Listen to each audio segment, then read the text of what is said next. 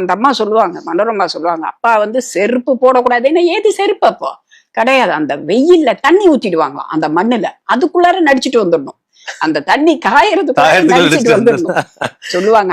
எவ்வளவு கட்டுப்பாடுகள் இருந்திருக்கு பாருங்க நடிகர்களுக்கு. ஹெவி கட்டுப்பாடு. நான் வந்து விஜய் அம்மாவை என்னோட மகனோட கல்யாணத்துக்கு அழைக்க போயிருந்தப்போ சொன்னாங்க, அந்த பவித்திரமா மாத்துனது அப்பாதாம்மா, விரதம் இருக்க சொன்னாங்களாம். அம்மா ஆண்டாள் வேஷம் போடுறீங்க, பெருமாள் எல்லார் மனசுலயும் ஆண்டவரு, அவரோட மனசை ஆண்டனாலதான் ஆண்டாள்னு பேர் வந்துதான், அந்த பாத்திரம் உங்களுக்குமா, நீங்க வந்து விரதம் இருந்துருங்க, அப்புறம் ஷாட்டுக்கு வரும்போது மஞ்சள் மஞ்சள் தண்ணியில குளிச்சுட்டு தான் நீங்க வரணும்னு ரொம்ப ரூல் போடுவாங்களா அப்பா.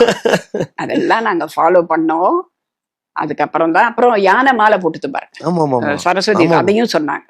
மகாலட்சுமி மா உங்களுக்கு யானை போட்டது அந்த அமைப்பு உங்களுக்கு நீங்க பாருங்க நல்லா இருப்பீங்கன்னாங்க. அது வாய் முகூர்த்தம், நான் நல்லா இருக்கேன்மா அப்படின்னு. அப்ப நான் பத்திரிகை கொடுக்கும்போது சொன்னாங்க, அவங்க கூட ஏதோ பிரெக்னெண்டா இருந்தாங்களோ ஏதோ நினைக்கிறேன். திருமால் பெருமை படத்துல நடந்தது இல்லையா, ஒரு இதுல நானும் கேள்விப்பட்டேன். அந்த மாதிரி ஹரியரி கோகுல ரமணா பாடல்ல வந்து ஏன்னா இது எங்களுடைய விகடன் பேட்டியிலே சொல்லியிருக்காங்க அம்மா, அதாவது அப்ப நான் வந்து கர்ப்பமா இருந்தேன், என்னோட வயிறு தெரியாம இருக்கிற மாதிரி காட்சிப்படுத்திருப்பாங்க அதுல ஏபி நையா அப்படின்னு சொல்லியிருப்பாங்க.